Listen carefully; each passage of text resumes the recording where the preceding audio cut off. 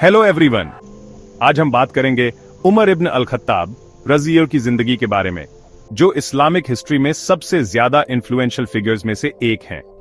उनकी life transformation, justice और leadership का एक बेहतरीन एग्जाम्पल है। तो चलिए देखते हैं इस रिमार्केबल पर्सनैलिटी के कुछ इंपॉर्टेंट इवेंट्स और कॉन्ट्रीब्यूशंस।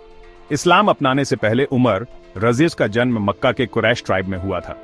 वो इस्लाम और प्रॉफिट मोहम्मद बेग के कड़े विरोधी थे। अपनी स्ट्रेंथ, इंटेलिजेंस और स्टर्न नेचर के लिए जाने जाने वाले वो एक बार प्रॉफिट बेच को मारने निकले थे, लेकिन रास्ते में उन्हें पता चला कि उनकी बहन और ब्रदर इन लॉ ने इस्लाम कबूल कर लिया है। गुस्से में वो उनके घर में घुस गए, लेकिन वहां उन्होंने कुरान की कुछ आयतें सुनी जिसने उनका दिल पिघला दिया। उसी पल उमर रज़िज ने इस्लाम कबूल कर लिया और ये उनकी जिंदगी का एक टर्निंग पॉइंट था। प्रॉफिट मोहम्मद के और पहले खलीफा अबू बकर रज़िज के इंतकाल के बाद उमर रज़ी दूसरे खलीफा बने। उनका दौर 637 से 648 सी तक इस्लामिक हिस्ट्री का गोल्डन एज माना जाता है।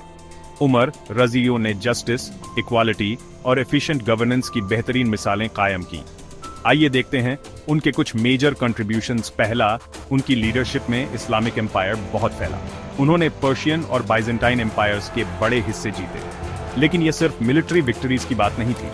उमर रज़ियों ने इन नई जगहों पर जस्टिस और पीस इंश्योर की। दूसरा, उमर रज़ी अपने सेंस ऑफ जस्टिस के लिए मशहूर थे। उनका फेमस पुल है, वो खुद को और अपने अफसरों को अकाउंटेबल रखते थे और सभी सिटीजन्स के हकों की हिफाजत करते थे, चाहे वो मुस्लिम हो या नॉन मुस्लिम। तीसरा, उमर रज़ी ने बैतुल माल या पब्लिक ट्रेजरी की स्थापना की ताकि गरीबों, बुजुर्गों और डिसेबल्ड लोगों की मदद की जा सके। उन्होंने पेंशन्स और फाइनेंशियल एड प्रोग्राम्स भी शुरू किए। आखिर में उमर रज़ी ने कई एडमिनिस्ट्रेटिव रिफॉर्म्स किए।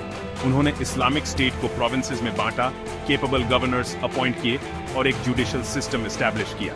उन्होंने हिजरी कैलेंडर भी शुरू किया, जो प्रॉफिट केस के मक्का से मदीना माइग्रेशन से शुरू होता है।